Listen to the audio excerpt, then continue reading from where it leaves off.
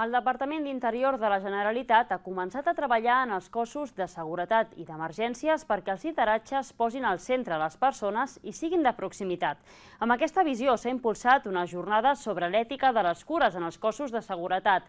L'acte s'emmarca dins el Dia Internacional per la Salut de les Dones. L'Institut de Seguretat Pública de Catalunya i el Gabinet de Seguretat i Polítiques Transversals del Departament d'Interior han impulsat aquesta trobada que té com a objectiu fer visible el valor de les cures i les desigualtats estructurals de gènere. Per això es vol reflexionar sobre feminitzar l'àmbit de la seguretat pública. També ha volgut posar èmfasi en la importància del benestar emocional i psicològic de les persones. Segurament com cuidem, com ens tractem internament dintre de les organitzacions, s'assemblarà bastant a com tractem a la societat.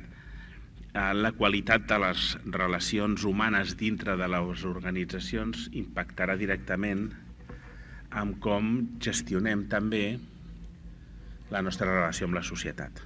Focalitzar-nos sobretot en escoltar, quan parlem d'empatia, que la gent, per exemple, a nivell policial, demanem que siguin empàtics amb la ciutadania, la institució també ha de ser empàtica amb ells, amb les seves necessitats, amb una mica en quin punt estan, no?